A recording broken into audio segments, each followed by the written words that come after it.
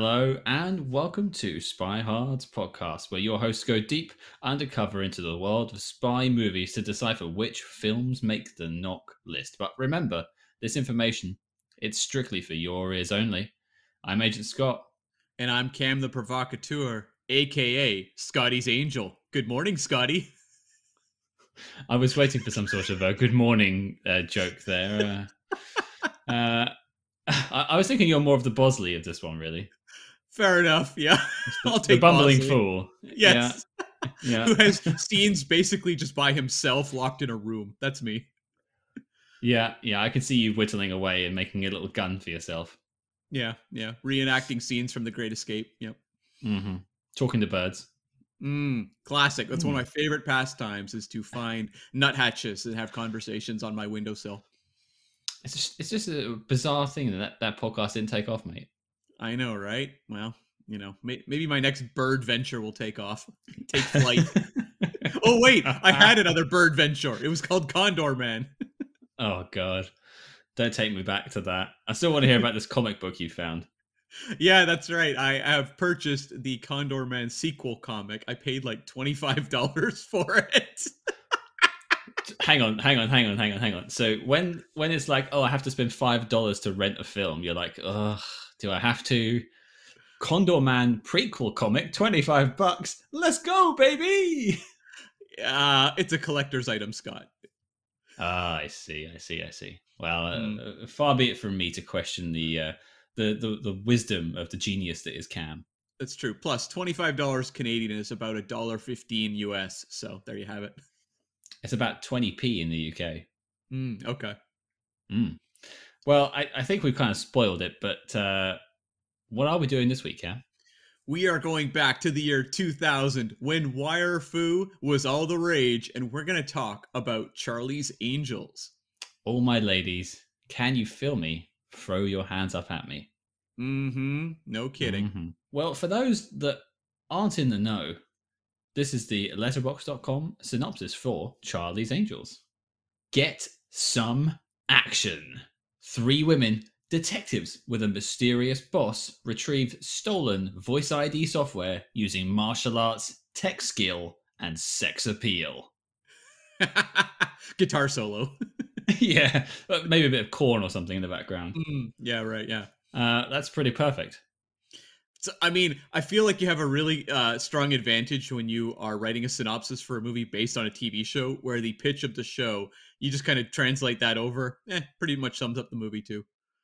Maybe sums up the movie. I think there are some differences, but we'll maybe touch on that later down the line.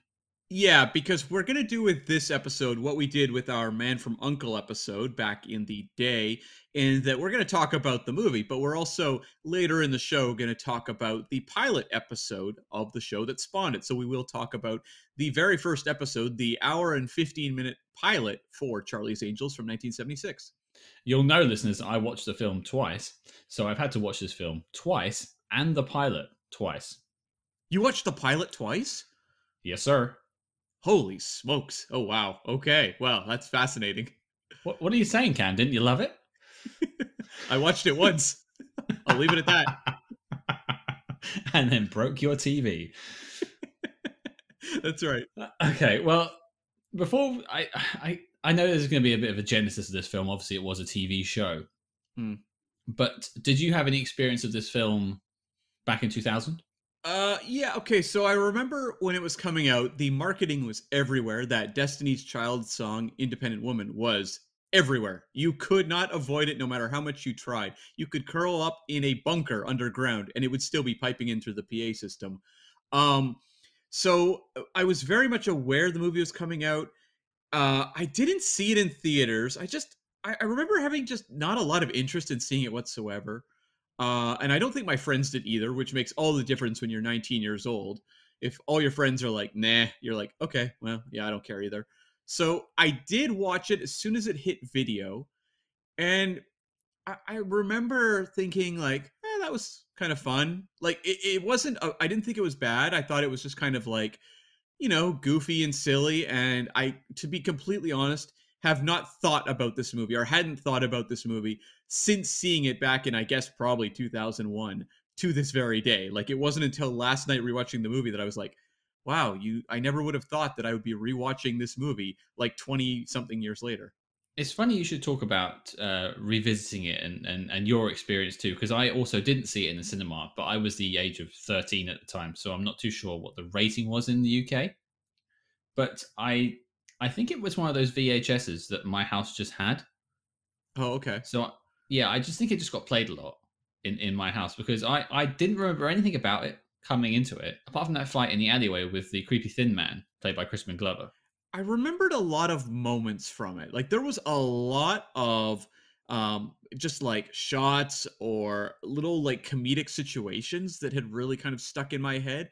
So it's interesting in that I did see the sequels, or the second and the third Charlie's Angels films, and I don't really have memories of those. Whereas like this one, a lot of it did kind of just lodge itself into my brain, and I look forward to examining why exactly that was. Oh, I think I know.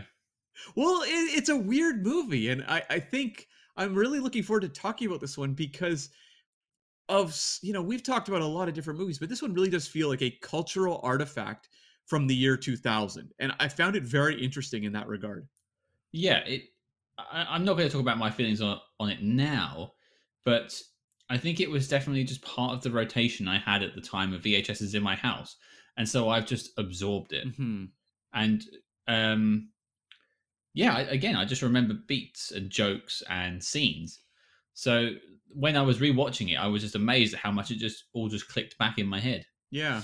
But as we sort of alluded to earlier, this film, as if you didn't know, used to be a TV show. So how did it go from small screen to big screen?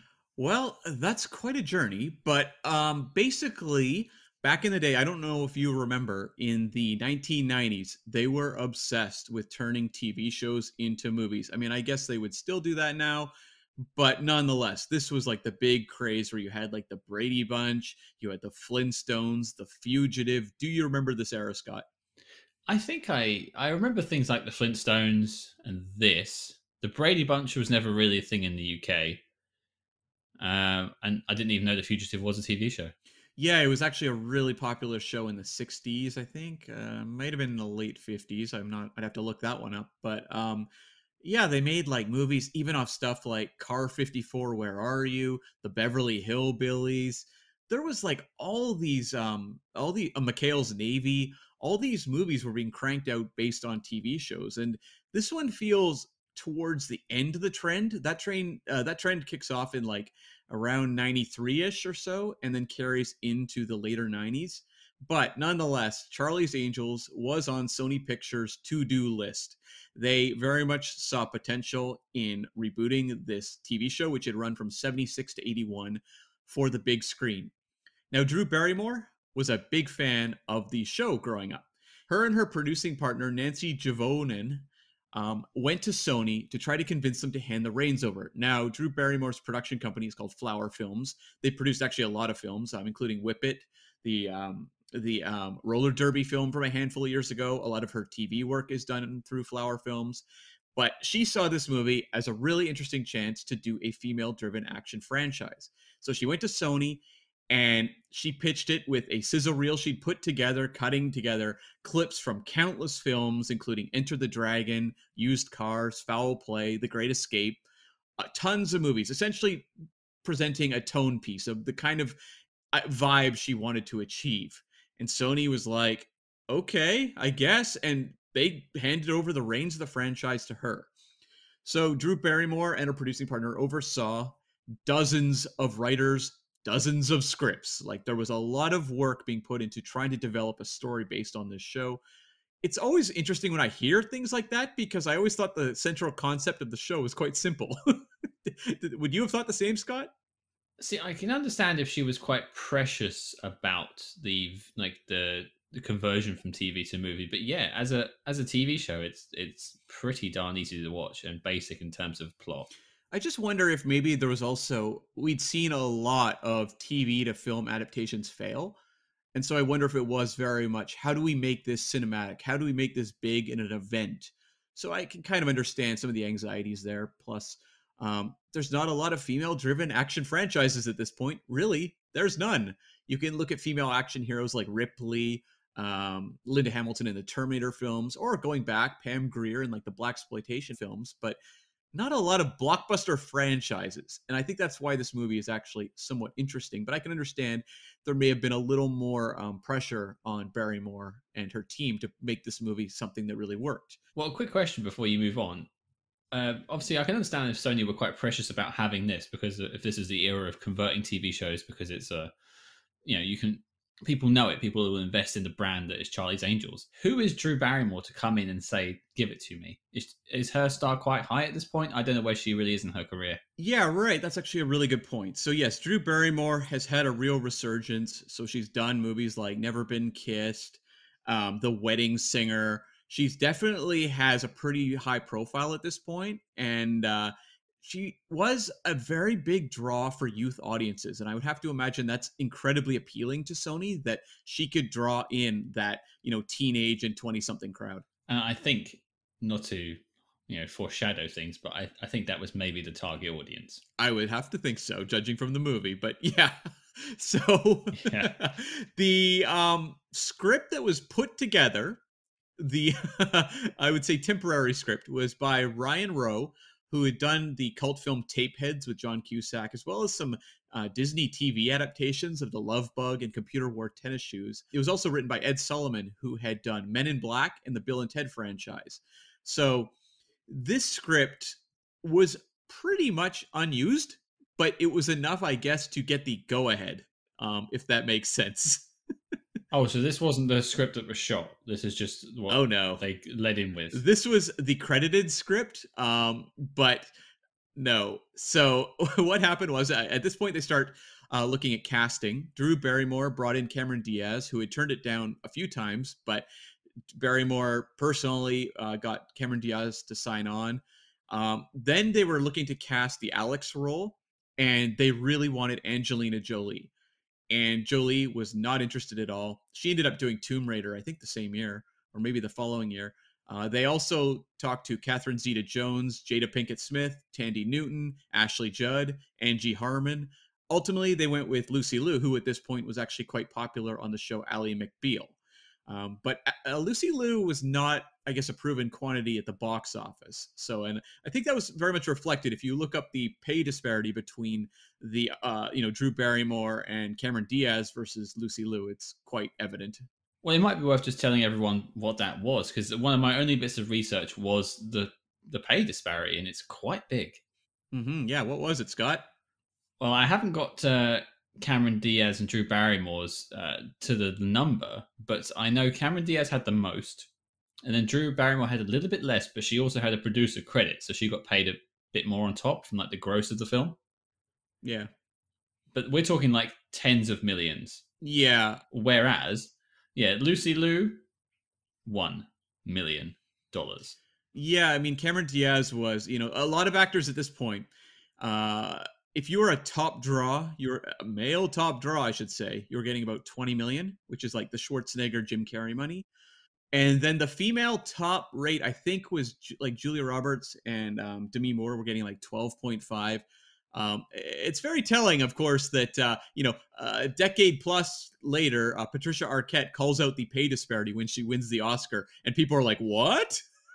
It's like, yes, it was very clear back even in the 1990s and early 2000s that there was a very significant pay difference between top selling stars of the day between male and female. But Cameron Diaz got the 12.5 because this really was a big era for her. It's interesting to think that this is kind of Lucy Liu's big moment. Yeah. I didn't watch Ally McBeal. I didn't really think it was a show that was for me when I was 13. Mm-hmm. And British. But yeah, I guess this was my first experience with Lucy Liu. Probably was for me too. Well, actually, she did appear in one episode of The X-Files back in the day, so I would have seen her in that, I guess. I probably would have done the same. But definitely the first appearance on the big screen. Mm-hmm. Yeah. Oh, it was very much like a star moment for her. Yeah, totally. And then she does, Kill Bill a couple of years later and Charlie's Angels sequel. So she definitely did some stuff of note. But this was probably the big coming out party on the big screen, yeah. Whoa, hold it. She did star in Shanghai Noon this very year as Princess Peipei. Oh, that's right. Yeah, yeah. Um, to be fair, this is still the big movie star moment because that role, I mean, it's fine, but it's also comes very much behind the Owen Wilson Jackie Chan pairing. Yeah, absolutely. It's not top billing, whereas this is, which is why the disparity is so strange because it's not like she plays second fiddle to Diaz and Barrymore. It's just that era though where they also looked at TV actors as somewhat lesser. So if you were like a star on, as you know, Ally McBeal was a big deal, you were still not worth as much as a proven movie star like a Drew Barrymore or a Cameron Diaz. Sure, I can understand that. And things have changed over time. We don't tend to give out the huge dollar amounts that they did in this era. And so, unless you have like a real back end deal, like a Robert Downey Jr. on the Avengers films or something like that. So, I think the disparity between TV and film has shrunk for sure. Okay, that makes sense. Yeah. So they approached a few directors to do this. Frank Karachi, who had worked with Drew Barrymore on The Wedding Singer, turned it down. Alexander Payne, who did Election, turned it down. And Boz Luhrmann, who did Moulin Rouge, turned it down as well. Ultimately, it was McG, a music video director who won Barrymore over. He's most known for having, I mean, a major role in shaping music videos in the 1990s. It's pretty crazy when you look down his credits, but he first got into the industry doing Korn videos. So he did almost all the videos off their first album, the self-titled Korn album in 1994. He also did the Got the Life video from Follow the Leader. Some of the other ones he did, Offspring's Pretty Fly for a White Guy, Smash Mouth All-Star, and Bare Naked Ladies 1 Week, just to give a credit to my Canadian pride and joy. Okay, well, it's a bit of a jump going from Korn to The Offspring, I guess, but they're all kind of new metal. Did he do the Freak on a Leash one? Oh, that's animated, isn't it? Oh no, there is live action in that too, isn't there? No, he didn't do Freak on a Leash. That was Todd McFarlane. So this is his first film then. Yeah, it is. And his full name is Joseph McGinty Nickel. For those confused, McG is what he goes under professionally. But yeah, he won Drew Barrymore over with his, I guess, visual concepts for the movie. And I mean, Drew Barrymore, I'm looking forward to talking because this is a movie very much run by Barrymore through her producing power. And I think there is an interesting, we could say, clashing of concepts between, I think, what Barrymore's doing versus what McG often seems to be doing. So that's going to be interesting to talk about. But at this point, even after hiring McG, they still don't really have a script for this movie whatsoever. So they hired John August, who had done Doug Liman's Go. He did Titan AE. And he would go on to do a lot of Tim Burton movies like Big Fish, Corpse Bride, Dark Shadows, Charlie and the Chocolate Factory. He came in last minute to try to put something together. They began production on this movie with just a concept and an opening. Like, that's all they had, which is crazy. Whoa! So they started shooting things before they even knew the first scene the angels were going to be in. Yes. Right. Hollywood is bizarre, man. It truly is. And I saw an interview with McG from the era, and he said basically they did most of the movie without a script. He would get together with the three actresses and hammer out what they were going to do. This was very much shot on the fly. One thing I thought was interesting was they talked about how, despite all the plotting being very much up in the air, all of the actresses had a very firm lock on what their characters were and what the tone of the movie was. So I think it's going to be interesting to talk about the tone of the movie and the characters because I think they're pretty consistent and it seems like they knew what movie they were making, even if they didn't know what that story was. That's why you surprised me when you said it was quite free flowing, because I didn't really get that impression from the film. Yeah, so we'll talk about that in a bit. A couple other notes I'll mention. The three leads trained a lot for this movie. They trained 8 hours a day for 5 days a week for 3 months in Kung Fu. And I think the evidence is fairly strong on screen that they did a lot of work. This is also that post-Matrix era where martial arts in films is like really getting exciting and they're training actors a lot to do this stuff. They hired Cheung-Yan, who is the brother of Yuen Wu Ping, who did the choreography on The Matrix. So he did the fight choreography on this film, and he's a longtime martial artist actor for decades, does stunts. He worked on the Matrix sequels. So, like, you have some real pedigree in the action choreography. You've got the three leads doing a lot of kung fu training. They definitely wanted an authenticity to the martial arts and action on screen.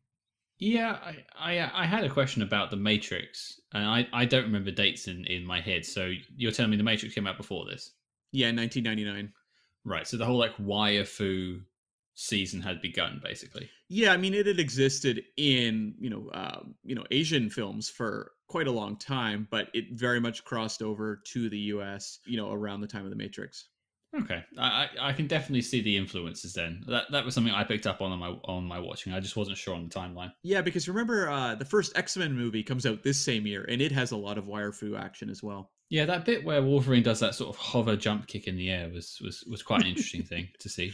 There's some really clunky wire fu in that one. I have kinder things to say about the wire fu in this movie. The X-Men stuff is really aged poorly. I honestly don't remember that film at all, apart from a really odd scene of like the bad guy melting down the side of a building, Right. and something to do with Statue of Liberty. That's where the awkwardness really comes into play, is that Statue of Liberty fight. I will be googling that directly after this recording. Yeah. So they wanted the original Angels to do cameos in this movie. Ultimately, they all turned it down, minus John Forsythe, who came back to reprise the role of the voice of Charlie.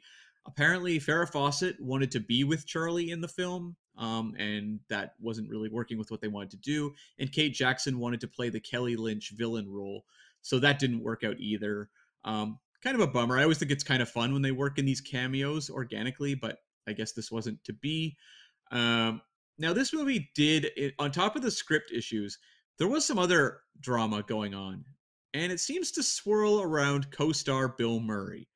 Now, Bill Murray, pretty exciting to have him on a movie like this. He's a presence that's very reliable, but it doesn't sound like he had a good time doing this one at all.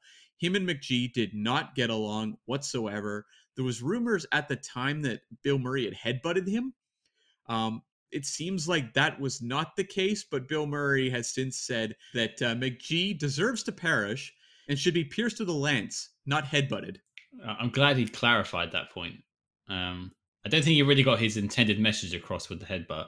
Yeah, Bill Murray is known to be pretty prickly, and it seems like this set was not his friend. He also had some sort of blow up with Lucy Liu during the shooting. It apparently caused a shutdown for one day. I don't really know what happened. The details on that seem to be scarce. Bill Murray has said he was ridiculing some of the dialogue she had to say, as in like one actor to another, and it was not taken that way. And it seems like that was something to do with it. It was definitely tense though. And Bill Murray, it should be noted, is not back in the next film. See, there's two problems here, and yet they both have the same person involved. So I'm tending to think it might well be him that's the cause. It seems like this was not his set. This was not his vibe. And we'll talk about Bill Murray's contributions to the film, but I don't think this was a set playing to his strengths. It's just bizarre to wish death upon someone. Well, Bill Murray's a very strange man. Yeah, I'm still waiting for him to turn up and just join this podcast randomly. That would be actually pretty fun. So maybe when we do The Man Who Knew Too Little, we can get him on the show. Give us a call, Bill. I don't think he wants to talk about this movie. No, he's coming back on for the second one. Yeah. That's a twist for everyone. Yeah, that no one wanted. But do you have anything else for us, Cam? What about the box office? Yeah, so the budget for this movie was 93 million. Domestic, it made 125 million. International, 139, for a worldwide total of $264 million. This was a big hit. It landed at number 12 for the year between Scary Movie and Aaron Brockovich. Number 1 was Mission Impossible 2. Number 2 was Gladiator. And number 3 was Castaway. That's a hell of a year. Mm-hmm. Yeah. That's a hell of a year. Hey, at least it made its money, and obviously it paid for the sequel. Yeah, I mean, this was a big hit, and there was obviously a lot of marketing, and I think a lot of it was done through. I mean, here in Canada, we have Much Music, which is the same thing as MTV. Nowadays, it doesn't really play music videos anymore. I don't even know if it exists anymore. Actually, I'm old. What do I know? But back in the day, same as MTV. Yeah, same as MTV. Back in the day, though, like you could not escape that Destiny's Child song. The marketing was everywhere. This was very much a movie that a lot of young people had to go see. Like this was a big opening weekend. People had to see this movie. Which is why you didn't turn up. Yeah, I just have to imagine. I have really no memory as to why we didn't go. Because, I was 19. We went to tons of movies. I think it was just like friends didn't want to go. Plus, I have to feel like we were playing GoldenEye all the time, to be honest. Hey, there is that. I think I know why I didn't go see it in cinema. I think that was the age issue with my family, but definitely by the time it was released on home video, it just felt like it was such a of the moment film, especially with that Charlie's Angels song. That Destiny's Child song was on the radio all the damn time, Mm-hmm. and still is. It is, yeah, for sure. And I was also like just really big into like heavy metal music, of course, at that time. And I just feel like a lot of the marketing wouldn't have appealed to my so metal sensibilities. Well, I think, and we will get into this. I think we were probably the target audience, though. I guess I don't know. And I'm yeah, let's get into that. So that kind of wraps up the behind the scenes on this movie. Okay.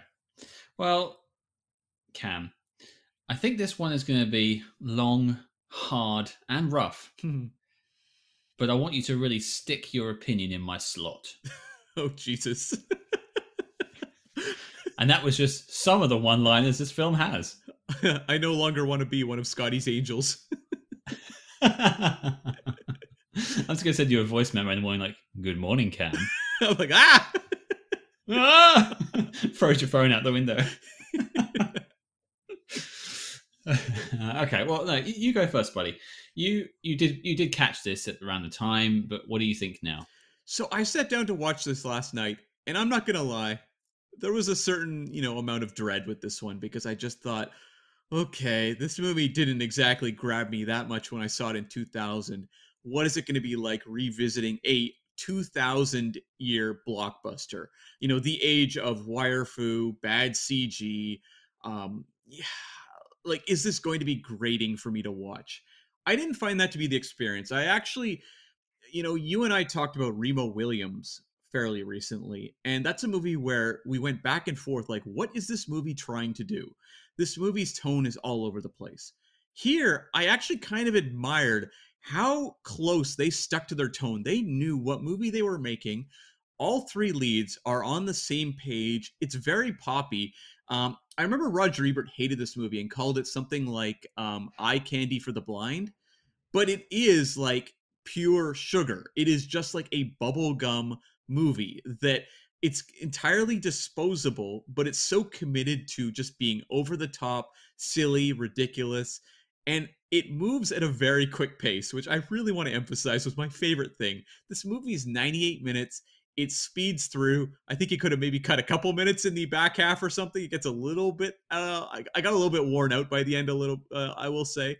But ultimately, I found it it's not a movie that's really that much for me. It's not the sort of thing I don't think I'll be revisiting in the future, but I kind of appreciate it as a artifact of the year 2000. um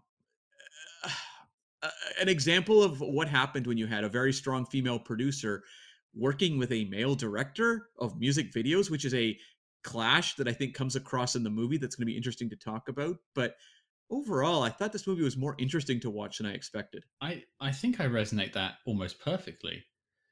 One thing to sort of give the listeners a little bit of the behind the scenes is, as part of my watching, I tend to watch these films before Cam does, and I was really concerned about just the tone and sort of the sexualization of this film. Hmm. And you can attest to my worries about that, and thinking maybe we should have another voice on this. And I just think ultimately it's a punchy little film that knows what it is. It is all veneer. There is nothing beneath the surface. But I think it understands and acknowledges that enough that you just kind of go with it.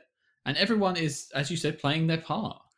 Well, it feels like pure comic book filmmaking in the era I'm talking about, where comic book filmmaking meant just really like hyperactive, action-packed, colorful, goofy. I'm not talking the Marvel era where they're much more grounded in character. It's much more of that we are just making pop entertainment. And I think so much of this movie depends on whether its aesthetic is interesting or funny to you or fun to, engross yourself in this world. Um, for me, I kind of am a little bit removed from it. I don't have the um it's not something that draws me in that much. It's not something that I find particularly compelling to watch, but I can totally admit that this is something that works on its own terms, and I can completely understand why it does have um despite the fact it's a big hit. I think a lot of people actually hate this movie. You see a lot of negative opinions on this movie if you go online. It does not have a high IMDb score, for example, or you look at general, user reviews of this movie, not great, but you do see it has a cult audience that very much appreciates what it was trying to do. I think that's probably it. Is you have to look at it as a film that knows it is just schlock. Yeah. And campy and quiche, but in the right way. Like it is exactly nailing itself, and it understands what it wants to be and delivers. I don't watch Charlie's Angels and expect it to be a John le Carre adaptation. Wait, it isn't? I'm afraid not. No, the pilot was, though. Of course, yes, of course. Very plodding and slow. I mean, lovely and great watch. I enjoyed it so much. Yeah. But when we started this podcast, one thing I said was I'm a lot more of a popcorn cinema viewer. I like my big action set pieces and schlock and messiness and that fun feeling of going to the cinema where you don't have to think too much about the films. Mm-hmm. This is the perfect example. Yeah. This is it. This is popcorn cinema. Oh, it is pure popcorn cinema. Yeah, like it's just aimed to entertain. And it's specific in its choices, and I think that specificity is what makes fans of the movie really love it, and what makes people who aren't vibing with it really annoyed. I imagine there's a lot of demographics that might not like this film, but I think as a general opinion, you've got to count me as one of the ones that does. Oh, that's awesome to hear. Yeah. Yeah, I mean, going back to my thoughts about it as a kid, I think a lot of this film is targeted at that sort of teenage boy. As I mentioned, the sexualization of it, kung fu, heavy metal, takeout food, and girls in scantily clad outfits. Yeah, I mean, I was actually pretty shocked when the movie started with a cue from the Korn song "Blind." I was like, really? They were kicking this movie off with Korn music? That's bizarre. Yeah, I as soon as I heard that, I was like, oh wow, this is like. It reminded me of I watched Triple X recently. Oh yeah, and that film starts out with again a new metal soundtrack. And I thought, oh wow, it's really of its time. It sort of dated itself straight away, but it somehow works because then you're mixing in like "Heaven Must Be Missing an Angel" in 2 scenes on. It's just winking at the camera the whole time. There are a lot of songs with the word "angel" in them in this movie. And including 2 songs made for this film, one by Destiny's Child and one by Aerosmith, I think. Yeah, okay. Did the Aerosmith one was actually made for this movie? I think so. I hadn't heard it before until I heard this. And I do listen to a bit of Aerosmith. If I'm wrong, let me know, guys. There's a lot of Aerosmith purists that are very angry right now. Yeah, the 3 fans they have left. Yeah. I mean, no, it's kind of hard for me to like. I can pick this film apart as soon as I go past any base level. There's so many problems with it. It surprises me when you say that they didn't have a script going into it because it feels like a complete film. I think that has a lot to do with. I mean, McG is a music video director, and this movie is like almost comprised of music video moments. And I think it's a plot through moments. I don't think the overall story really. It's pretty threadbare, where it's this like voice recognition technology that has been, potentially stolen by a villain played by Tim Curry, but it's actually the tech mastermind who created it that is behind it, and he's played by Sam Rockwell. And I did love that they, the villain wants to use cell phones as a homing device. I'm like, boy, how innocent we were back in 2000. Yeah, that bit did make me kind of giggle, actually. Yeah, how the world has changed. But ultimately, like, the plot to me is they just kind of rush through it, and so it's a little convoluted and confusing, but it just barrels on through all these montages and music video moments, and a lot of what I would made a note here as sitcom situations. It's like introduce a moment, have something comedic go on, cut the scene after like 2 minutes or something, move on. Like this movie, um it does not waste time. It just picks endless moments, does what it wants to do with that individual moment, and moves on. Like it doesn't dwell. And we'll talk about the pilot for this, the original Charlie's Angels, which does a lot of dwelling. This movie It's does yeah. none. This movie does no, it does not rest at any point. It barrels forward. I would I agree with you. I would say the end battle maybe outstays its welcome. I agree. That's where I said they could chop a couple minutes out of the back half of this movie. That's where my, Yeah. uh, you know, uh, it's the sort of movie that I think you want to stick to that 90-minute runtime because it gets a little bit grating and exhausting after a certain point. And I was feeling it a bit when we got to those final action moments. But 98 minutes is tough to complain about. I'm a little concerned that the next one is longer. That is something that fills me with a little bit of apprehension, but I'll have to judge that movie on its own terms when we get to it. But this one I thought was a pretty good, 98 minutes that moved quickly. Hopefully, it's just a lot more of like the Snyder slow mo stuff. We can only hope. Hmm. But there's so many things that I like about this film, and I kind of want to sort of highlight them. I mean, even from the start of the film, you said that they had the script for the opening scene. That's what they had. Yeah. That is a massive Bond montage. It's a Bond opening if I ever did see one. Well, this also feels like the era where a lot of more youthful filmmakers were looking at James Bond being like, this franchise is getting old. The year before you had World Is Not Enough, which maybe feels a little dusty compared to what a lot of young audiences are into. This is like the Britney Spears era, Spice Girls era, all the boy bands. Like there's an energy going on in pop culture that I just don't think they were seeing reflected in like the James Bond franchise. And so you have this movie very much embracing that sort of pop aesthetic. Triple X is doing that, but also some of the new metal or hip hop aesthetics. Like it feels music videos at this point in time. So many music video directors were crossing into Hollywood, and it feels like that generation of filmmakers coming in and saying, like, these classic spy movies, like they're pretty old timey. They're for our parents. We want to make things in our own mold. Charlie's Angels feels like part of that. I mean, Drew Barrymore was 24 when she produced this movie. This is someone who would have their finger on the pulse. 24. Yeah. That actually makes a lot of sense. Mm-hmm. And I totally. I mean, one thing I was talking to someone else recently about was just how I felt that there was this period where music videos were fantastic, and now I just feel like they don't matter anymore. Which is actually around about this time, 2000, 2001. This is like the era of, I don't remember which music video it was, whether it was like a Britney Spears one or something, but it was like really expensive. It was like 1.5 million for a music video or something like that. Like they were putting huge money into these videos. I think it was the Pretty Fly for a White Guy by The Offspring. Oh, is that who it was? No. No. No, it might I think have. that was about $5. That was. It might have been the "Oops, I Did It Again" video or something. Really? Possibly, yeah. Fair enough. But I mean, with the music videos, they were a big part of my childhood.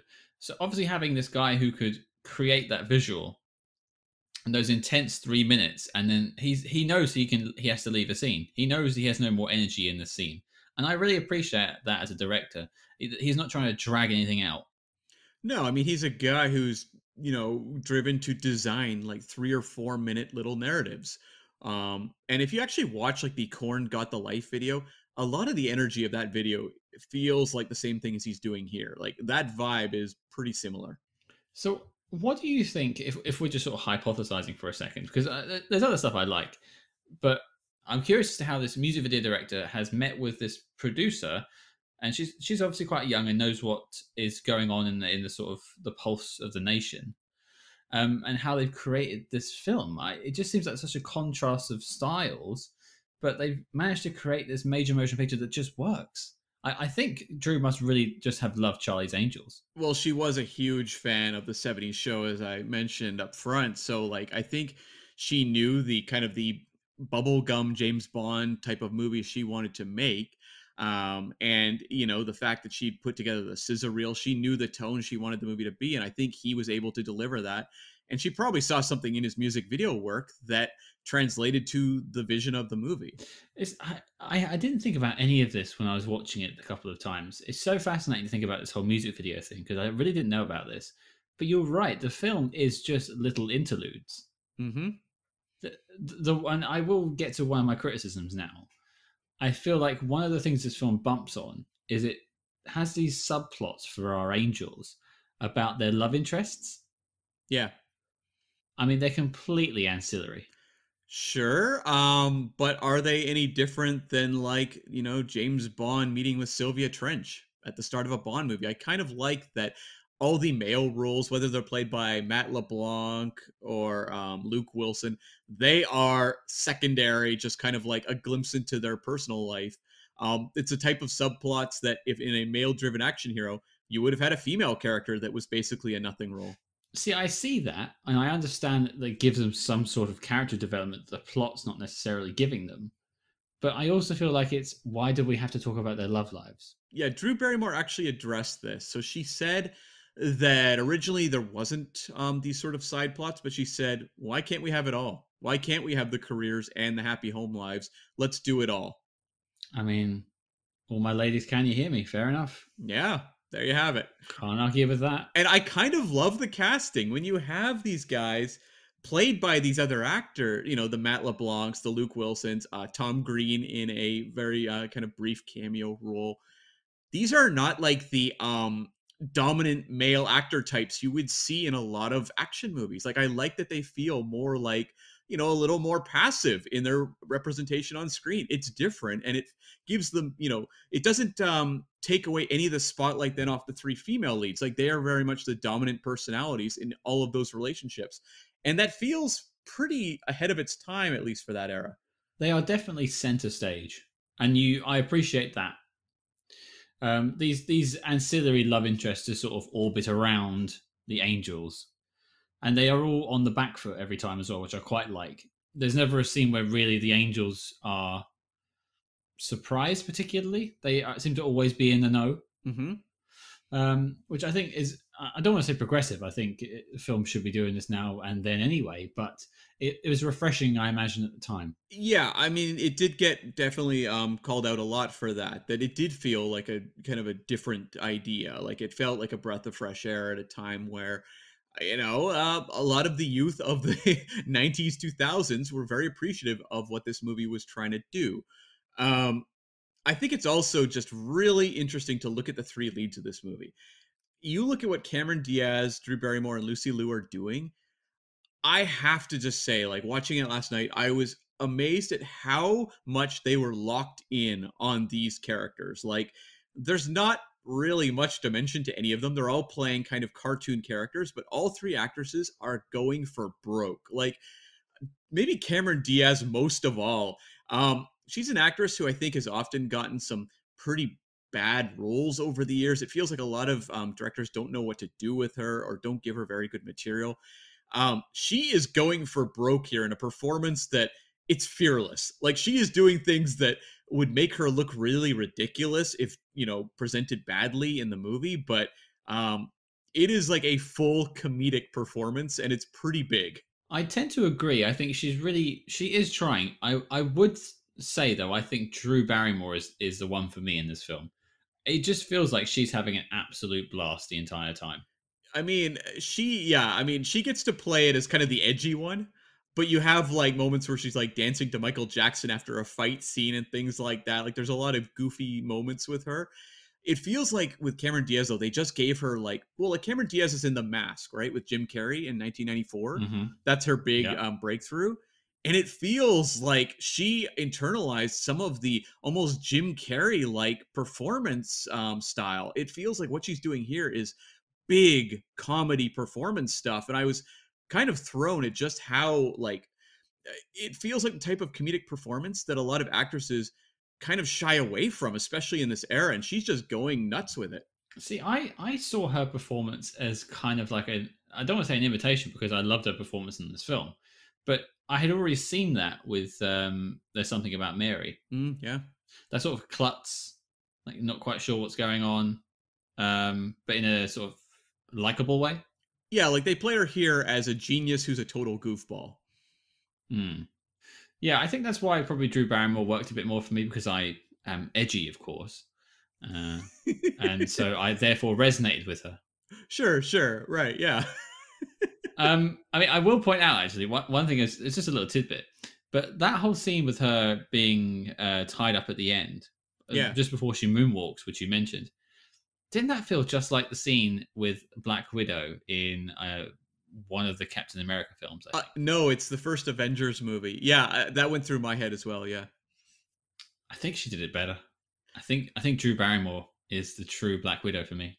Well, Scarlett Johansson didn't moonwalk out of the scene, so ergo, that is inferior to what Drew Barrymore did. Sorry, Scarlett. Yeah. Drew Barrymore's in. Lucy Liu was the one I had the tougher grasp on. Like she plays the more serious, grounded character, and I enjoyed the secret identity anxiety going on with her and her, boyfriend played by Matt LeBlanc. Apparently playing Joey from Friends, it seems, as the actor who's like working on set. I think that's what we were meant to do. I mean, his character's name is even called Jason. Yeah. So the Lucy Liu one, like they give her a lot of the really cool action stuff. But she doesn't get like the broad comedy stuff the other two get. And I'm curious to see if they develop that more in the second one. She does seem sort of the more reserved one of the three. I mean, she's also their IT specialist. She does a little bit of hacking in the film, but then again, so does Cameron Diaz. Mm-hmm. She does the old zoom and enhance. But I don't know. I quite I think as a kid I probably liked Drew Barrymore a bit more. I think I also quite liked Lucy Liu. I think I would have agreed with you too that Drew Barrymore was the one that I walked out the first time thinking the star really was. Like I was the most drawn to that character, I think. But watching it last night, I just had to admire, we so often give male actors huge amounts of praise for going wacky on screen, whether it's like a Joaquin Phoenix in The Joker or a lot of the Nick Cage performances. When I was watching Cameron Diaz just go for it last night in this movie, I was like, I feel like we probably owe her a lot more praise than she got at the time. It's hard to really criticize any of them. I think they all just nailed it, and I think that's probably the reason why the film works, because you're leads and the film's named after you. You just work. Yeah, and apparently the three of them got along really well and had a lot of fun filming it. So I think that sort of enthusiasm among the three of them really does come across on screen, and you buy them as, friends on screen. There's got to be a little bit of trust involved, I think, as well. Mm-hmm. Because Drew obviously brought Cameron in, if I think it's what you said. Yep. And then I imagine together or maybe just Drew brought Lucy in as well. So they probably felt quite protected with Drew, because if McG is this his first film, I imagine he was probably leaning on his peers quite a lot, and Drew being the producer. So both Cameron and Lucy felt kind of protected by that they wouldn't be given anything stupid to do. Mm-hmm. Right. Yeah. And also, it's pretty unusual to have a blockbuster fronted by three women as in an action film. That's not really something that happens in this era. And so I would think that the three of them would feel somewhat bonded together and like, let's pull this off. Like, this is important. And I think it's weird when you watch the movie now. And in 2000, I think it had a lot of strengths you didn't see in a lot of movies of this era. Watching it last night was interesting in that I feel like a lot of what Drew Barrymore is doing is really effective. Like, you can tell it was important to her that these people feel like friends, that each of them have their own little worlds, their own stories. They have character quirks.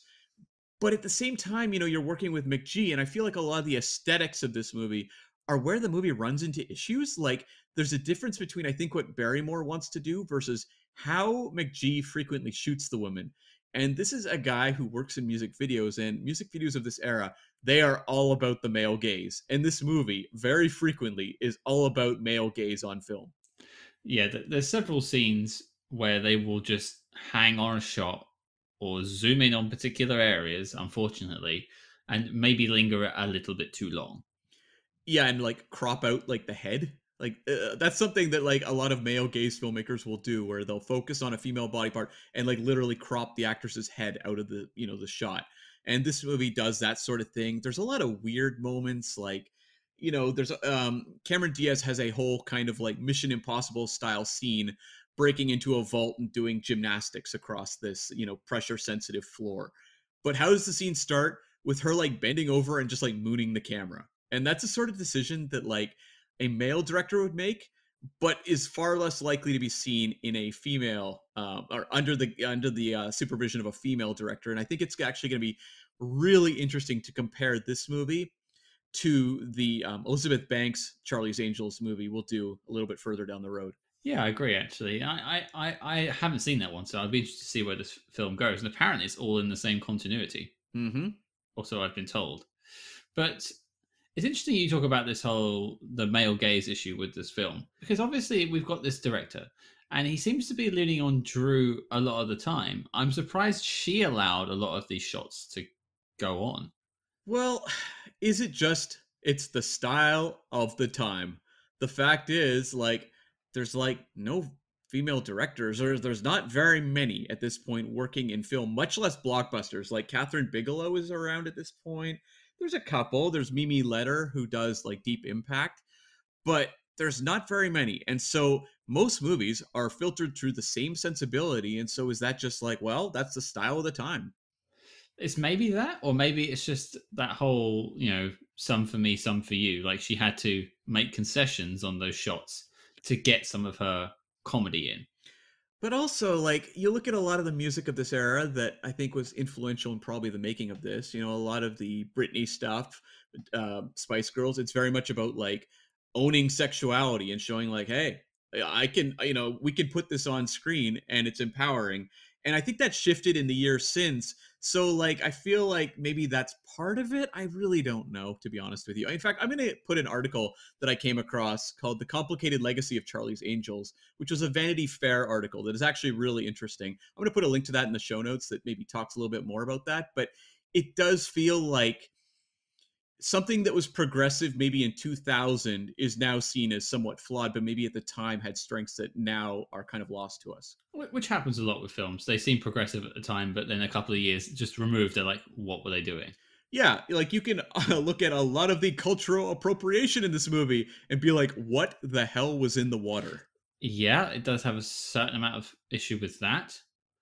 I mean, there's one scene in particular having Lucy Liu give Tim Curry a massage.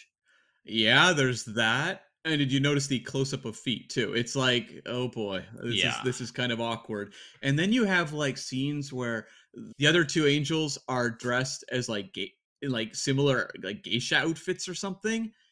And it's like, okay, that's a little weird. But then later in the movie, there's like a belly dance scene, and Drew Barrymore is in full brown face. Yeah, it's sort of hidden in the shadows, but she's definitely in brown face, unfortunately. Yeah, and you even look at that opening where you have LL Cool J show up as a cameo, and then pull off a mask and it's Drew Barrymore underneath, and you're like, oh, okay, boy, okay, sure. I mean that was the only person of color basically in the film. Yeah, there's not many, are there? Well, other than obviously Lucy Liu's the lead, which is very notable, but yeah. Yeah, that's very true. But yeah, a certain lack in that department. Although I do believe that changes in the sequel. Yeah, so a lot of the racial stuff in this movie is very, very iffy. I was actually kind of shocked watching it last night. It seems like I'm just continually shocked now revisiting some of these movies from the 80s, 90s, 2000s. How long some of these racially insensitive approaches to filmmaking were continuing into like years that are fairly recent. It really does shock me. It's bizarre, right? Like you think of when I was watching films at this time in 13, 14, and you would see I don't know, something made in the 60s and they're in blackface or in the 50s. And you would go, oh my God, that's so of its time, even in the year 2000. And now, 20 years removed, apparently they were still doing it. Yeah, yeah. And we didn't say anything about it. No, no, and I'm sure if you dig deep, there's probably reviews of this movie at the time that would call that out. But it feels like a lot of what this movie wants to do is just be like silly popcorn without actually thinking about some of the more problematic aspects. Like it's just like, don't think about it, don't think about it, don't think about it. Just keep barreling through. Never mind, there's a scene of the three angels in geisha outfits scored to the song turning Japanese. Yeah. And you think about Tenet, for instance. Tenet's phrase is "Don't think about it, just feel it." Now, Tenet actually wants you to think about it. Unfortunately, this film genuinely doesn't want you to think about it. I think if you actually stop and think about a lot of it, it becomes a lot more problematic. And this is what happens when you do an hour podcast about this film. Yeah, no kidding. I think we should probably move on to some of the other characters because we've got some big names that we've barely spoken about. We've touched on Bill Murray, obviously playing the role of Bosley, which was from the original TV show. It's kind of like their middleman between the Angels and Charlie. I think he's just playing Bill Murray. Yeah, although it lacks that sort of spark of genius you often get from Bill Murray appearances, even in cameos. I think of his appearance in Zombieland, which is like legendary. Here, he's fine. I kind of liked when he gives a speech about like weightlifting, as if anyone should be giving a speech about weightlifting, who looks like Bill Murray. Like, I kind of love that aspect. But a lot of this movie is just like him locked in a room mugging and just doing silly things. And I'm like, okay, like, that's fine, but he feels pretty inessential to the movie. It just reminds me of the old Men in Black 2 thing, which is I go back to it too often, I think, but where they just go, "Hey, Will Smith, vamp," Yeah. Oh yeah. and this is just, "Hey, Bill, just make stuff up." Well, if there's no script on this movie, really, or a very loose, assemblage of pages they are following, I can kind of buy that a lot of it was, "Hey, Bill Murray, do something funny." Yeah, and I think he does deliver some funny one-liners. Yeah, you get the odd moment, but it's not exactly Yeah. going to go on the highlight reel. No, not at all. And then we have Sam Rockwell, who starts out as meant to be. He's captured, I believe. Mm-hmm. Allegedly captured. Yeah. It turns out he is the overarching bad guy. And apart from a very bizarre dancing scene, I didn't really feel Sam Rockwell in this film. I feel like he wasn't really particularly here or present. Okay, that dancing scene is amazing. I think that dancing scene is one of the greatest moments in the film history. It has this horrible like circular camera thing that I hate when they do that in films. Yeah. And then it just pans around to him like he's a good guy at the beginning of the scene, and then it pans around Drew Barrymore, and then he's instantly got like sunglasses on, smoking a cigarette and dancing to like some 70s song, like I gotcha, and that was so funny. But then I don't know, the rest of it just didn't do anything for me. I don't know. I really like Sam Rockwell in this. I kind of agree. He's not the most fun early on. He's just kind of playing, the nebbishy kind of nerdy dude. But once he like suddenly like breaks out in the super villain dancing and camping it up, I think he's so much fun. And he has that scene, in the castle at the end. I don't know what song is playing. It's sort of like a techno song, and he's just like dancing while he's like typing on a computer. And I'm like, this is pure Rockwell. I want to get a gif of the of when he turns on Drew Barrymore and that first bit with him dancing in the vest with the sunglasses on. That I feel like that's got really good gif potential. But I to me it didn't really do much for me. I was more focused on what the Angels were doing.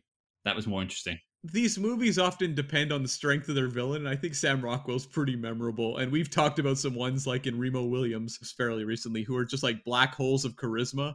To me, Sam Rockwell is just like he is just like a star ready to burst into flame in this movie.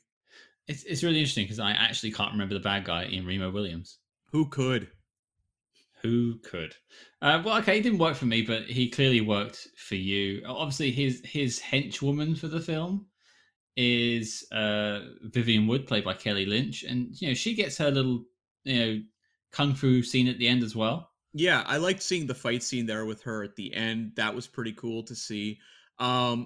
not the personality like of some like this is a movie where everyone's personality is like turned up to 100 except for like her character is played as more of a grounded character. And so she does her job, she's the villain, but she does take kind of the the passenger seat to Sam Rockwell's more campy character at a certain point. But I thought she was pretty solid and I believed her in the fight scenes. Yeah, absolutely. She must have done some training too, and I mean, until her, I think, demise at the end. Well, question mark. Question mark. There we are. But she's not really the heavy of the film. The heavy is played by one Crispin Glover, who you might remember from Back to the Future. Who is great, and apparently his character actually had dialogue in the original scripted pages, and he was like, take it out, I don't want to do that. And so he wanted to play this as an entirely silent character, and he is really weird. Like, if you want weird, hire Crispin Glover and he will deliver. I think he's pretty great in this movie. He pulls off some of the really ridiculous martial arts sequences really well. This weird stuff with him like smelling hair is very effective in establishing what a creep this guy is. He is the type of, I think, Bond henchman character you see a lot of movies want to try to recreate, but he really does pull it off. And it's notable that his father, Bruce Glover, was one of the villains, one of the henchmen, Mr. Boy, was it Mr. Wint or Mr. Kidd? I don't remember. I think it's Mr. Wint in Diamonds Are Forever. I think you're right. Yeah. I think you're right. He was one of the his character of Creepy Thin Man was one of the things I remember distinctly from watching it as a kid. Oh yeah. I just thought he was that whole thing was super cool. Even though he was a bad guy, I thought he was cool. I also had his hair at the time. Yes. There's a reason they brought him back in the sequel. Yeah, absolutely. And I will tell you a funny story. So I have once had an ex give me a lock of their hair. Oh wow, that's so that actually is a thing. Apparently, people enjoy it. Okay, well, there you have it. I wasn't sniffing it every night though. I that was not happening. Okay, well, I'll sleep better knowing that. Luckily, I'm bald now, so you can't get mind cam. Yeah, no kidding. There goes my master plan for when I visit the UK. I mean, there is some hair, but I don't think you want to carry that around with you. Right. Barring that, Tim Curry, of course. Yeah, Tim Curry is totally playing Tim Curry in this movie, and he's pretty fun. Mm-hmm.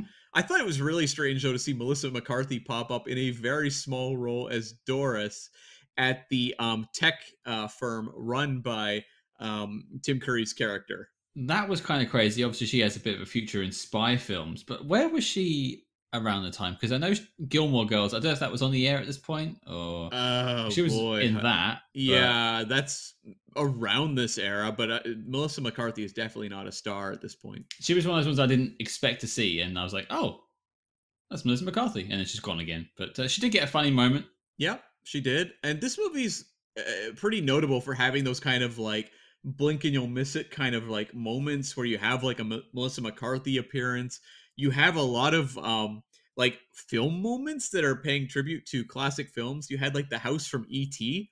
shows up at a certain point where two kids are in the house and Drew Barrymore comes up to the sliding glass window. They have like Reese's Pieces in a bowl in the shot. You also have that the house from E.T.? It is, yeah. Oh wow. Yeah, like there's all these like there's all these weird moments. Like they also have there's a scene where Cameron Diaz does like a hair flip in front of Luke Wilson, and then the camera does the Jaws shot of the zooming into Luke Wilson as the background pulls away. As I referenced earlier, you have Bill Murray doing the Great Escape scene where he's throwing the ball against the wall. You have a Matrix bullet at one point with like the rippling effect coming off the bullet flying through the air. This movie has a lot of references to popular movies.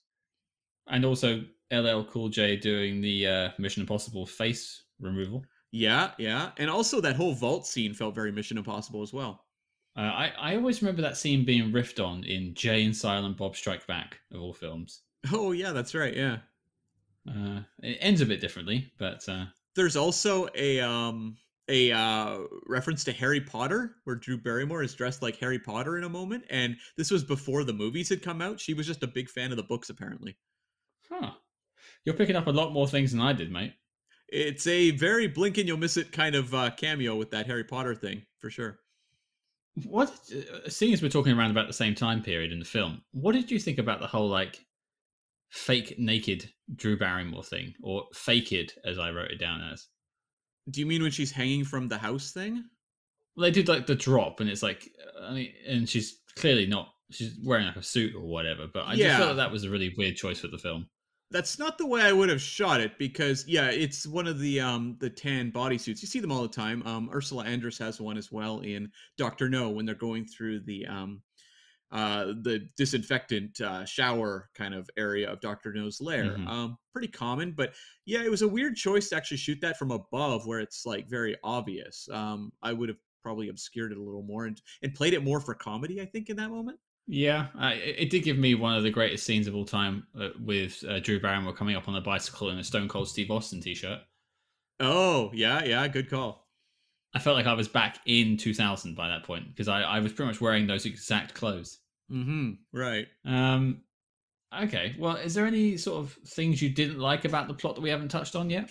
I mean, the plot is just such a like when we're talking about on this podcast about spy plots, this was not the most involving one. It is just a clothesline for a lot of goofy situations. Like, how does Cameron Diaz dancing at Soul Train um, tie into the spy plot? It doesn't. It's just like let's just throw a wacky moment in there, and the spy plot stuff is very disposable. Yeah, it's one thing I like to try and do when we're dealing with these maybe spy adjacent films is not justify its choice, but maybe point out some of the spy stuff. Now there are people going undercover in Hmm. this film. They are a private detective agency, basically. Are they? That's what I was so baffled by because yes, that is the entire concept of the TV show, which we'll talk about in a minute. Um, but they don't really seem to do detective jobs. It seems like they're more like super spies. Yeah, I mean they're more like superheroes by the film, but I see. I got the idea that they were more like detectives because they are figuring out clues. They do end up infiltrating Tim Curry's business, which is where the whole Lucy Liu as a dominatrix scene comes from.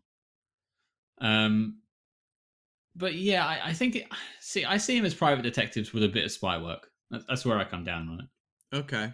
Yeah, I mean, I felt like they really blurred the line because that's something the show doesn't do. I think the show really establishes that they're detectives that go undercover. Whereas, like this movie, just off the opening, where they're like diving out of planes and all that sort of stuff, I'm like, this is definitely not detective work. I feel like that whole thing in the beginning though was there to make you go like, "This ain't your daddy's Charlie's Angels." Oh, totally. Yeah, yeah. Yeah, that's got to be what that's there. Well, I think we're kind of at the point before we wrap up the film. Do you want to talk about the TV show? Yeah, let's go for it. Scott, I'm first of all curious.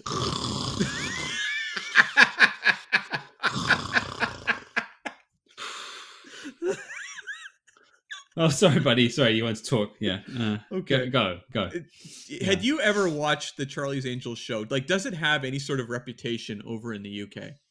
No, I imagine it was a thing here in the UK because this film was pushed really heavily. So there must have been some sort of knowledge base for Charlie's Angels, but it's not something that gets replayed on daytime TV here. It doesn't exist here.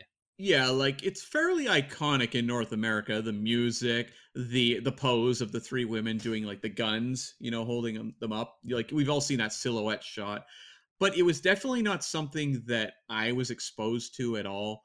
Um, but it is a thing. But Scott, I'm curious, how did you find watching I think you kind of gave it away, but watching the pilot for the Charlie's Angels TV show from 1976?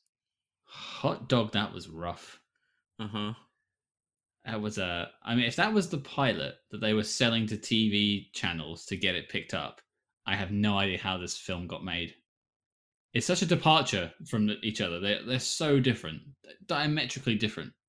Yeah, because when you watch the Man from Uncle pilot, I think you can see that it's a fairly straight line from that to the movie. They've definitely taken some liberties, and the Ilya character wasn't set up very well in the pilot. That's something that came later as the show developed. But in terms of energy and vibe, I think they go pretty hand in hand versus the Charlie's Angels pilot. It's very slow. And we really are just set up the concept. I don't think that like even the three leads have very strong characteristics at all. Maybe that comes with the ensuing episodes, but off the bat I was like, okay, I understand the roles they're playing, but I don't understand what really differentiates them as characters. So I found that kind of weird, and it's really just about a a, a man's ex-wife is trying to claim his money and estate with her new boyfriend after they have murdered him. And so the angels are brought in to expose this woman and her boyfriend and return the estate to the daughter, who is the rightful heir to the property. And that's all well and good as a case to investigate. It has some twists and turns, but this is like 75 minutes of characters like wandering around a house. They really just stretch it out. It could have been a 15-minute story in the middle of some interesting scenes at the beginning and the back end. Because the interesting and sort of juicy stuff is whenever they're talking to Charlie or talking to Bosley or the other character I can't remember the name of. Oh, are you talking about Scott Woodville, played by David Ogden Stiers, who was actually the conductor in The Man with One Red Shoe? That character was actually cut after the pilot because they decided it didn't make sense to have these two male liaisons characters, so they just cut it down to Bosley. That makes sense. But that stuff's all quite energetic. But as soon as they got to actually doing the quote unquote investigation work, the whole show just grinds to a halt. And it's got people like Diane Muldaur. People will know we're big Star Trek fans as well, and she was in the second season of The Next Generation as main cast. And it also has SpyHards alumni Tommy Lee Jones, as a love interest. But there's just no energy to it. Oh, there was none, and I could appreciate that. Like, I thought like Kate Jackson was actually, she stood out the most to me, having the early scenes where she's going in and selling this whole ruse of, she's trying to present herself as this long lost daughter to this conniving couple. And I thought she was pretty effective. And the movie had a shot where they were going to poison her with milk. And that shot where they're carrying the milk up the stairs is actually a reference to the Hitchcock movie Suspicion. That actually jumped out to me. I was the most excited about that of anything in this pilot. When they're trying to do something that isn't theirs. Yeah, that makes sense. Yeah, like when they're carrying the milk and it's doing the close-up of the milk, I'm like, oh my god, this is the exact shot from Suspicion. That's really cool. But by the end, when we were wandering around the Louisiana swamps, I just was like, holy smokes, like this is a very drawn-out show. And that is sort of I find to be a 70s TV thing. I tend to respond better, I think, to 60s TV, which The Man from U.N.C.L.E. had a really good pace. Like, it moved, right? Yeah, it was quite enjoyable. Your lead was very engaging, and it was fun. I can't say that about any of the things. Maybe the leads were engaging. The angels were fine. Yeah, but I find like a lot of 70s TV has much more of that laid back hangout vibe.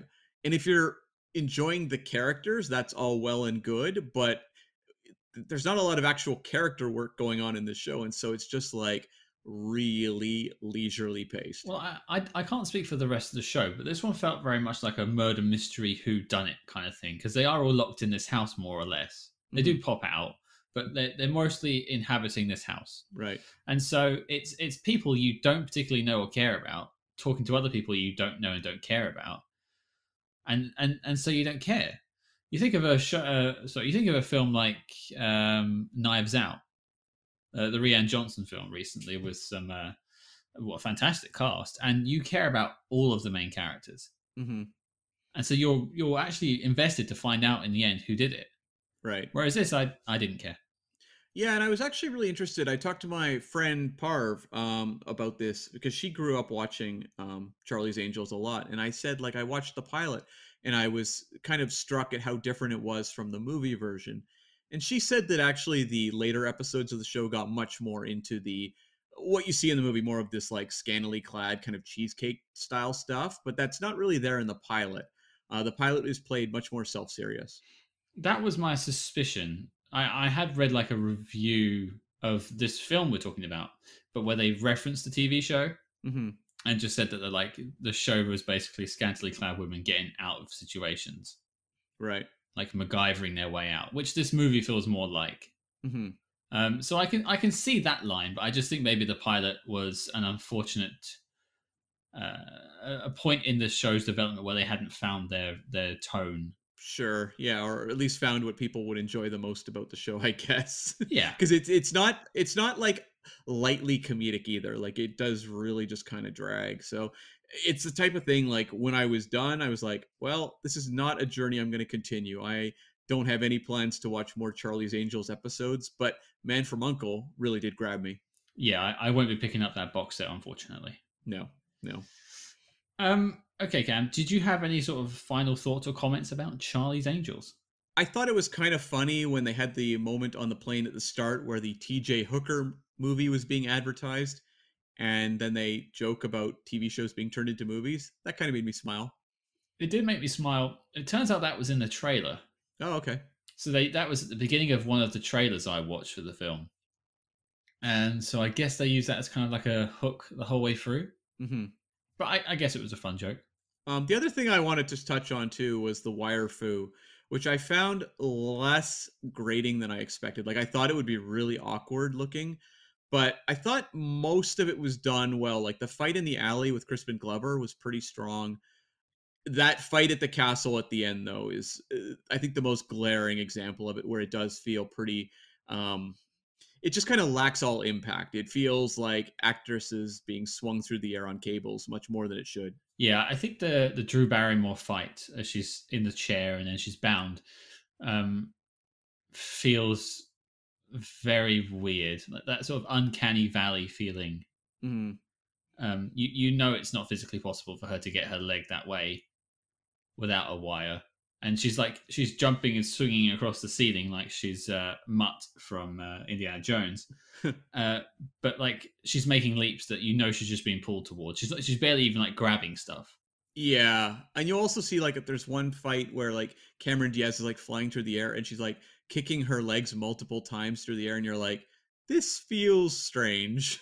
To be fair, Cam, neither of us are martial arts experts. That's true. That is true.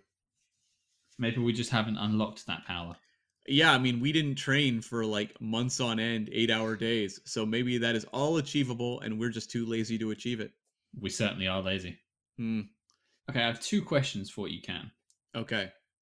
Firstly, from like your memory of it watching it as a kid and then coming up to now, do you remember the film being this sort of sexual? Yeah, yeah. That you were happy with it all? Like it didn't surprise you? No, it didn't surprise me at all revisiting it last night, no. I honestly don't know whether 13, 14-year-old me just wasn't paying attention particularly at the time. Because I was completely bowled over with some of the choices. Well, I will say, like, a lot of the choices would never be made in a movie nowadays. It feels very much of that era, but it didn't shock me at all that that's what they were doing in the year 2000. I mean, there's a scene where they're at like a driveway, like a Formula One racetrack or something like that, and you've Yeah. got Drew Barrymore's character like licking the steering wheel of the guy, and the guy's basically climaxing in the seat next to her. Yeah. And you're just like, what? This was made for kids? Well, it does a lot of that where it's kind of like the gag is the angels do something hypersexualized and guys are just like blah, blah, blah. Like they just kind of do, it's the classic, dudes are dumb kind of thing, which we've tackled in other movies. Mm-hmm. And it does a lot of that for its comedy. And it didn't shock me, but it is again, the way that McG is shooting the actresses in this movie is something that I just don't think a studio would do now. No, and I'm glad for that. It's interesting you talk about the whole men are idiots thing because that's what I wrote. That's what I noted down was Matahari. Yeah, She was a femme fatale, and she used her womanly prowess to win men over. But it's nowhere near this sexual, and it doesn't need to be. Yeah, we're going to be looking at some more serious examples of that sort of trope as well in movies like Red Sparrow with Jennifer Lawrence at some point in the future.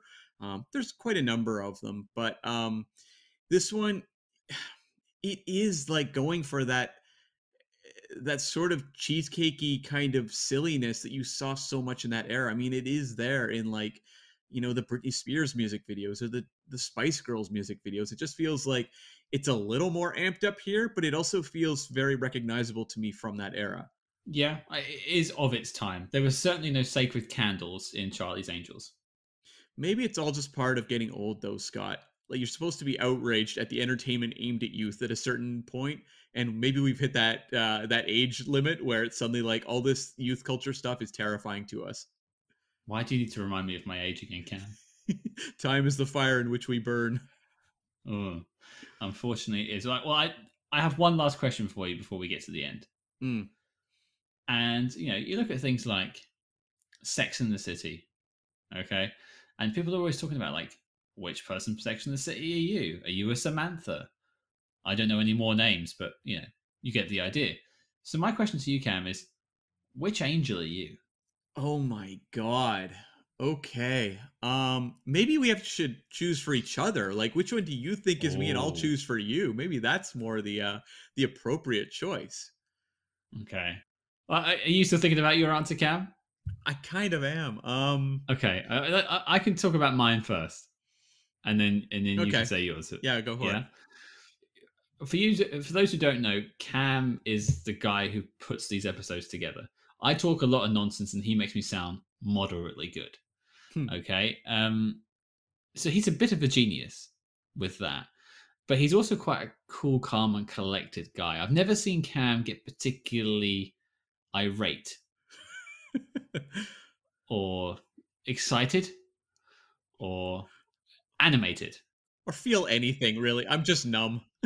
Oh yeah, he's dead inside, exactly. Except for that one time he shook a hobo's hand, but we'll talk about that another time. Um, so for me, I think I'm going to go with Lucy Liu in her dominatrix character. Oh my god. Okay. That is you, or just Lucy Liu's character of Alex Sure. Okay. at its core. I think that's you. I think that's like cool, calm, and collected. Cool, calm, and collected. Oof. Oh wow. I do have a lot of secret identity anxiety, so that it does make sense. Okay. Um. Okay. So okay. So that takes her off the board then. I think for you, hmm. God, this is really tough. Definitely not Cameron Diaz. So I guess by default, I would have to say the Drew Barrymore one. And Yes. I think with like your history of enjoying like sort of a edgier music, you had your goth period and what have you.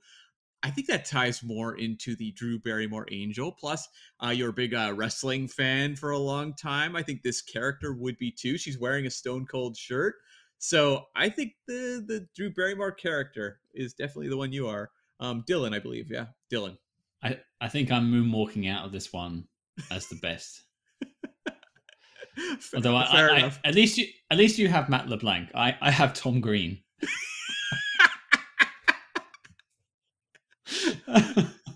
Yeah. The Chad is never enough. No, no.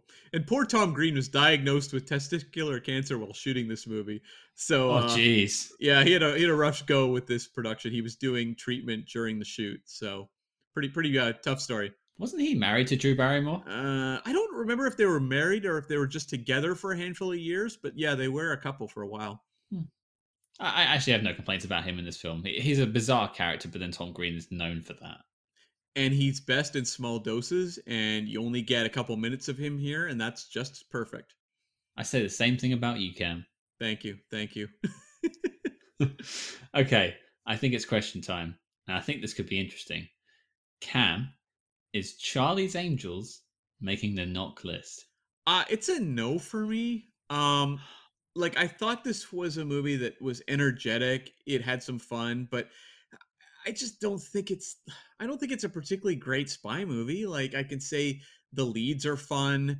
The movie has energy, but as I said, like it kind of wears out its welcome. The plot is not much there, and there's a lot of material that is kind of cringe inducing now. So for me, it's kind of like I would recommend people watch it. I think it actually has some value, but it's not a movie that I would say belongs, on the all-timer list. I am in two minds Hmm. about this film. I really, really enjoy it. I think it's a really fun film to watch. If there's a group of people that defend this film, stick me in that group. There are dozens of us. I think it's really fun. I think it doesn't take itself too seriously, and I really appreciate that. In a genre filled of really serious films that take deep analysis and rewatching, especially after talking about Tenet recently and having to rewatch that so many times. It's so nice to just pick up a film and be like, yeah, this is fun. Um, but and so on like a cinematic level as a film, I would recommend people go back and watch this again.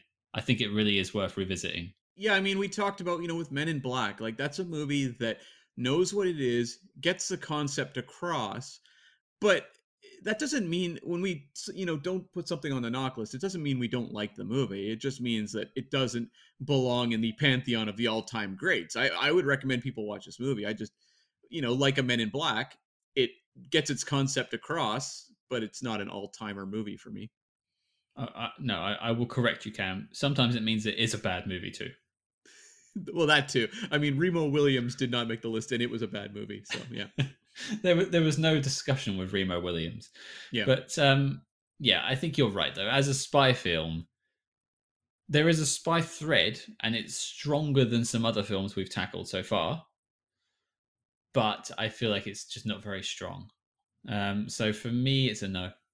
Yeah, but you know what? We also said no to The Man from U.N.C.L.E., which was a fun movie as well. Like, I think you could do a lot worse than doing an evening watching movies like Man from U.N.C.L.E., Charlie's Angels, Men in Black, like some of these more light, fun ones. And I don't know that Charlie's Angels had like the cultural impact that, say, like an Our Man Flint had.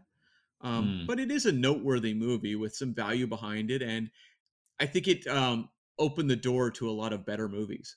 And it's nice to see a female-led and female-driven film work, and it's successful, and it gets a sequel, and everything is just great about it. Mm-hmm. Like I like that. I want to see more of that, please.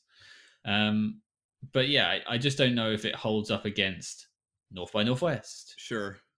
I am genuinely excited though, and some franchises we know it's diminishing returns. Like, I can't say when we finished Men in Black that I thought, boy, I can't wait to see where Men in Black 2 or 3 go. Whereas I really am genuinely curious to see how this franchise evolves, just going from this movie into the McG directed second one, and then see how Elizabeth Banks takes this material and reformats it. Because when I saw the Elizabeth Banks film, a year or so ago, I had very little memories of this movie other than specific scenes. But now, actually examining the style of this movie, I'm really excited to see how it's changed up in the in the reboot. And I, as usual, haven't seen it, so that will be fun. Mm-hmm. I this does remind me a lot in a lot of ways of The Man from U.N.C.L.E. Yeah. Like, I stylistically really enjoyed the film. I think it did a lot of things right. It was fun. It was punchy. It just sort of fell flat in a couple of key areas to make the NOC list, but it gets a recommendation from me nonetheless to watch it. I think if you've just finished listening to this, well done for making it all the way through. I think you should treat yourself with Charlie's Angels 2000. Listen to that soundtrack. It's great. Great acting. It's just a fun popcorn film. And that's exactly what it is. Although, that said, I can see a lot of people hating it. So it's an acquired taste, I would also say quite strongly. Well, if you don't like it, at me and tell me why. Well, there you have it, folks. Charlie's Angels is not making the NOC list, and that's kicking your ass. Well, Cam, before we talk about what we're doing next week, I want to pivot from 3 angels to 3 spooked girls and a quick message from them. Hey there, I'm Tara. And I'm Jessica, and together we co-host the podcast 3 Spooked Girls. If you love the paranormal or murder, join us on Mondays for full-length episodes where we discuss our favorite paranormal stories and true crime cases. And join us again on Thursdays for our mini-sodes called Stabby Snippets, where we tell you all about true crimes happening in the news. You can find us on Apple Podcasts, Podbean, Spotify, or wherever the hell else you listen to your pods at. You can also find us on Twitter, Instagram, and Facebook by using the handle @3spookedgirls. Come and hang out with us and get your spooky on while we scare the hell out of you. There you go. 3 Spooked Girls available on all major podcast apps. Check them out. I love paranormal stuff, and I'm going to check out this podcast for sure. Looking forward to it. Well, Cam, what do we have lined up for next week? Well, we are going into the vaults, the Disney vaults, no less, to talk about I think, maybe not quite so remembered Disney gem, perhaps, from 1975 called One of Our Dinosaurs is Missing, starring Peter Ustinov, who was a Disney player of the era, very popular in various productions. So I'm very curious to see what this movie is because I know next to nothing about it. Yeah, this is actually a Scott pick, so apologies ahead of time if it's not very good. I just was looking at like lesser known spy films, and then I saw Dinosaur in the title, Oh, okay, yeah. and I thought that's the one for me. I mean, Condor Man was a lot of fun, so we'll see how One of Our Dinosaurs is Missing turns out. Hopefully we find it. Well, there you go, folks. Your mission, should you choose to accept it, is to check out One of Our Dinosaurs is Missing and join us next week. You can, of course, find updates on the NOC List on letterbox.com/SpyHards. And for social media, don't forget to follow us discreetly at SpyHards, that's SpyHards, on Facebook, Twitter, and Instagram. But until next week, listeners, let's see if I can win the teddy bear!